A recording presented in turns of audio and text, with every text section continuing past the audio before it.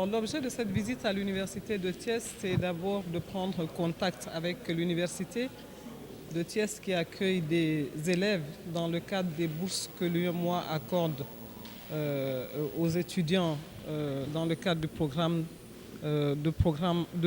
d'appui à l'enseignement supérieur.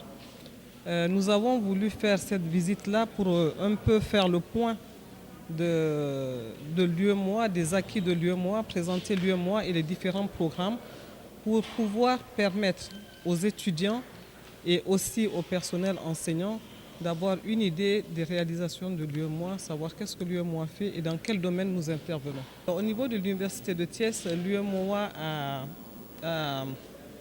les étudiants de la sous-région ont bénéficié de bourses de l'UEMOA.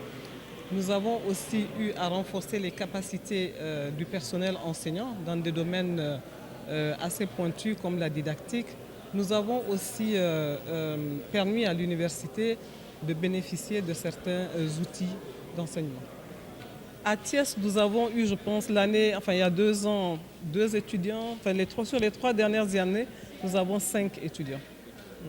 Sur peut-être un ensemble de 10 au niveau du Sénégal, donc 5 pour l'université de Thiès. Alors pour l'université de Thiès, j'en ai parlé avec le recteur, nous souhaitons vraiment pérenniser notre partenariat parce que nous nous sommes rendus compte que les différentes thématiques au niveau de l'université de Thiès répondent bien aux objectifs de l'UEMOA.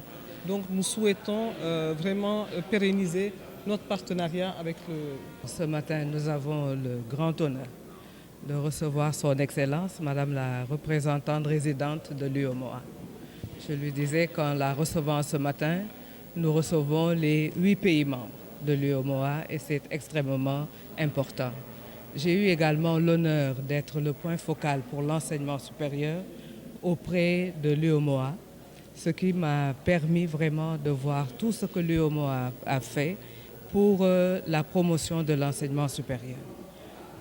Comme l'a rappelé Madame son Excellence, l'UEMOA est consciente du fait que l'enseignement supérieur constitue un levier de développement et constitue un grand outil d'intégration des populations. Et c'est pour cela que vraiment nous avons reçu un appui multiforme de l'UEMOA à travers des ouvrages, à travers du matériel informatique, à travers des formations en didactique, des formations dans les nouvelles technologies. Et surtout, c'est à l'UEMOA que nous devons cette entrée dans le système LMD. Et l'UEMOA continue d'accompagner les universités. Récemment, il y avait à Ouagadougou une formation sur l'assurance qualité. Et à cette formation, donc, l'université de Thiès était représentée par 2 de nos enseignants. Voilà. Donc l'appui de l'UEMOA est vraiment capital pour les universités. Et les échanges de ce matin nous ont permis donc, de formuler certaines demandes, notamment la pérennisation de certaines formations dont l'UEMOA nous avait fait bénéficier, en particulier dans le domaine de la didactique universitaire.